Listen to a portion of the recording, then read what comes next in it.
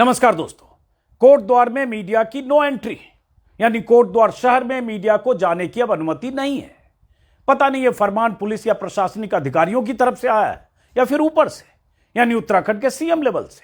लेकिन जब से मैं कोटद्वार से लौटा हूं तब से यह जानकारी मिल रही है कि अब दिल्ली से जाने वाले मीडिया कर्मियों को शहर में दाखिल नहीं होने दिया जा रहा है। कोटद्वार बॉर्डर पर गाड़ियों को रोक रोक कर चेक किया जा रहा है कि किसी गाड़ी में कोई मीडिया वाला तो नहीं है। ताक झांक करके गाड़ियों को जाने दिया जा रहा है प्रॉपर चेकिंग के बाद, ताकि किसी गाड़ी में बैठकर मीडिया वाले चुपके से भी कोटद्वार ना दाखिल हो जाएं। वैसे आज सुबह एक बार फिर मैं कोटद्वार जाने वाला था, लेकिन कल देर शाम से मैं लगातार चूंकि वहां के 2-3 रिपोर्टर से बात कर रहा था, तो मुझे वहां के लोकल रिपोर्टर्स ने बताया कि आपको तो पुलिस वाले अब किसी भी सूरत में कोटद्वार नहीं आने देंगे। मैंने पूछा ऐसा क्यों, तो बताया गया कि पुलिस की मुझ पर अब खास नजर है, क्योंकि मेरी कवरेज से उन्हें परेशानी हो गई है। अब पुलिस नहीं चाहती कि दिल्ली या लखनऊ से मुझ जैसा कोई रिपोर्टर या अलग अलग चैनलों संस्थानों के कोई रिपोर्टर वहां पहुंच जाए और कवरेज करने लगे। तो अब पुलिस के पास एक ही रास्ता था, मीडिया की एंट्री बंद कर दो। जब मुझे जानकारी मिली तो आज मैंने सुबह जाने का इरादा फिलहाल टाल दिया, सोचा चलो कल देखेंगे।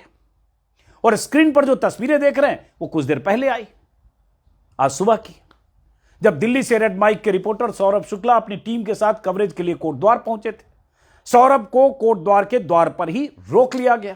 और यह वही पुलिस है जिनकी मौजूदगी में, जिनकी आंखों के सामने अलग अलग जिलों से आए बजरंग दल के हुड़दंगी इन्हीं सड़कों और इन्हीं रास्तों से होते हुए कोटद्वार में 31 जनवरी को दाखिल हुए थे और हंगामा किया था। लेकिन अभी रोका जा रहा है। ऐसे एसओ साहब हमने क्या कर दिया, आप हमें जाने नहीं दे रहे? आपने क्या किया जो आप जाने नहीं दे रहे हमें? अरे हटाइए। मैं कुछ नहीं बोलूंगा, आप जो है अभी बात कर। सर मैं क्या करूं? अभी भी तो कुछ होगा, आप कहने तो अच्छा है तो मैं अच्छा ही दिखा देता हूं जाके। सर कौड़िया बॉर्डर पर हैं, ये कोटद्वार का बॉर्डर है। हम यहाँ पर आए थे कवर करने के लिए, दीपक वाले मामले को लोगों से बात करनी थी, लेकिन हमें यहाँ से आगे नहीं जाने दिया जा रहा है। कहना है कि मीडिया वाले जाने से लॉ एंड ऑर्डर होता है, बजरंग दल वाले सड़क पर जाके सड़क जाम कर दे तो लॉ एंड ऑर्डर नहीं होता, एक मुस्लिम व्यक्ति को जाकर के परेशान करे तो लॉ एंड ऑर्डर नहीं होता।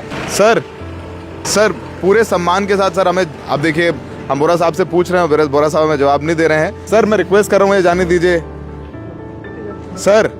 नहीं वो सर को सर मैं सर के सामने ले लेता हूँ बाइट। सर किसके? सुनिए, मैं भी आपसे सम्मान से बात कर रहा हूँ, आप रेस्पेक्टफुल हैं। ये अरे भैया हमारी वीडियो बना, देखो हमारी वीडियो बना रहे हैं आप, देखिए यहाँ पर ये नहीं चाहते हैं कि सच बाहर आए। चौहान साहब कब तक नहीं जाने देंगे हम लोगों को? सर जब तक ऊपर से आदेश नहीं होंगे। ऊपर से आदेश है क्या? नेगी साहब क्या किया हमने? तो ये हकीकत है प्रेस स्वतंत्रता की। रेड माइक के रिपोर्टर सौरभ शुक्ला कोटद्वार बॉर्डर पर मौजूद पुलिस वाले से पूछते रहे कि कब तक हमें कोटद्वार नहीं जाने देंगे। पुलिस वाले कह रहे हैं कि जब तक ऊपर से आदेश नहीं होगा। ऊपर से उनका तात्पर्य क्या है ये तो पता नहीं। ऊपर से मतलब जिले के एसएसपी और डीएम से है या फिर सीधे सीएम से। कोटद्वार के शहरी क्षेत्र में जहां से दाखिल होते हैं वहीं बैरिकेडिंग लगी है, पुलिस की जबरदस्त मुस्तैदी है, शहर कोतवाल से लेकर सीओ तक की तैनाती है। कभी कभी सुना है एएसपी साहब भी चक्कर लगा लेते हैं सिर्फ इसलिए कि दिल्ली से आने वाले मीडिया कर्मी कोटद्वार पहुंचकर कवरेज नहीं कर सकें। मुझे कोटद्वार से कुछ लोकल रिपोर्टर्स ने बताया कि पुलिस ने यह सख्ती मेरी कवरेज के बाद की है। चूंकि मैंने कोटद्वार पुलिस के मंसूबों को एक्सपोज कर दिया, चूंकि मैंने वहां के एएसपी साहब से कुछ तीखे सवाल पूछ लिए, चूंकि मेरे सवालों से एएसपी साहब बहुत असहज हो गए, चूंकि मेरे वीडियो को देखकर कोई भी समझ सकता है कि वहां दीपक कुमार के खिलाफ नामजद एफआईआर और हुड़दंगियों के खिलाफ अज्ञात एफआईआर के पीछे पुलिस का कोई मोटिव है, इसलिए अब साहबों ने तय किया कि दिल्ली से किसी मीडिया वाले को कोटद्वार आने ही न दो। न रहेगा बांस न बाजेगी बांसुरी। हालांकि पुलिस और प्रशासन के इन साहिबानों को अंदाजा हो गया होगा कि बांसुरी अब बज चुकी है। देश के लोग मेरे कवरेज के बाद यह देख चुके हैं कि कैसे दीपक कुमार की लिखित शिकायत में दर्ज नामों के खिलाफ एफआईआर लिखने की बजाय पुलिस की तरफ से बजरंग दल के लफंगों और ज्ञात हुड़दंगियों को अज्ञात बताकर एफआईआर लिखी गई है।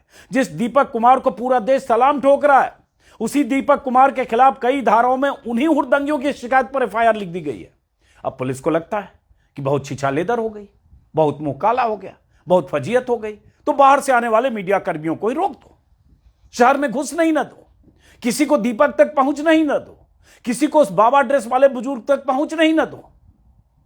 पुलिस ने अब कवरेज को रोकने का यही तरीका निकाला है। इतनी ही मुस्तैदी अगर कोट द्वार के पुलिस वालों ने 31 जनवरी को दिखाई होती, शहर में बजरंग दल के उत्पाती दस्ते तब दाखिल न हुए होते, इतना हंगामा न हुआ होता, दीपक कुमार के जिम के बाहर 100, 150 या 50, 75 जितने भी लड़के थे उनका जमावड़ा न हुआ होता, ऐसी नारेबाजी और गालियों की बौछार न हुई होती। तस्वीरें सबूत के तौर पर मौजूद हैं कि उस दिन पुलिस क्या कर रही थी। वही पुलिस जो आज रिपोर्टर्स को, जर्नलिस्ट को रोक रही है बहुत सख्ती के साथ कि ऊपर से आदेश है, उस दिन तो पुलिस तमाशबीन बनी रही। तस्वीरें गवाह है कि पुलिस वाले आगे आगे पेट्रोलिंग करते हुए गाड़ी से जा रहे हैं और नारेबाजी करते ये भीड़ शहर से गुजरते हुए दीपक कुमार के जिम तक उस दिन पहुंच गई। पुलिस ने कहीं थोड़ी भी सख्ती नहीं दिखाई, ऐसा कोई वीडियो में दिखता नहीं है। और दीपक कुमार की माने तो उसके जिम के बाहर 2 घंटे तक यह सब चलता रहा, कई पुलिस वाले मौजूद रहे और यह सब पुलिस की एफआईआर में ही दर्ज है। ऐसी ऐसी गालियां, ऐसी नारेबाजी, सीधे सांप्रदायिक सद्भाव की धज्जियां उड़ाने वाली कवायद कोशिश। लेकिन पुलिस क्या कर रही थी और वो पुलिस आज इतनी मुस्तैद कैसे है? यही सारे सवाल मैंने एएसपी साहब से पूछे थे जो कोट द्वार के एसपी हैं। और जैसा कि मैंने कहा एफआईआर में क्या लिखा है, एफआईआर मैंने कल भी एक वीडियो में विस्तार से आपको बताया है, वो जरूर उस वीडियो को देखिएगा।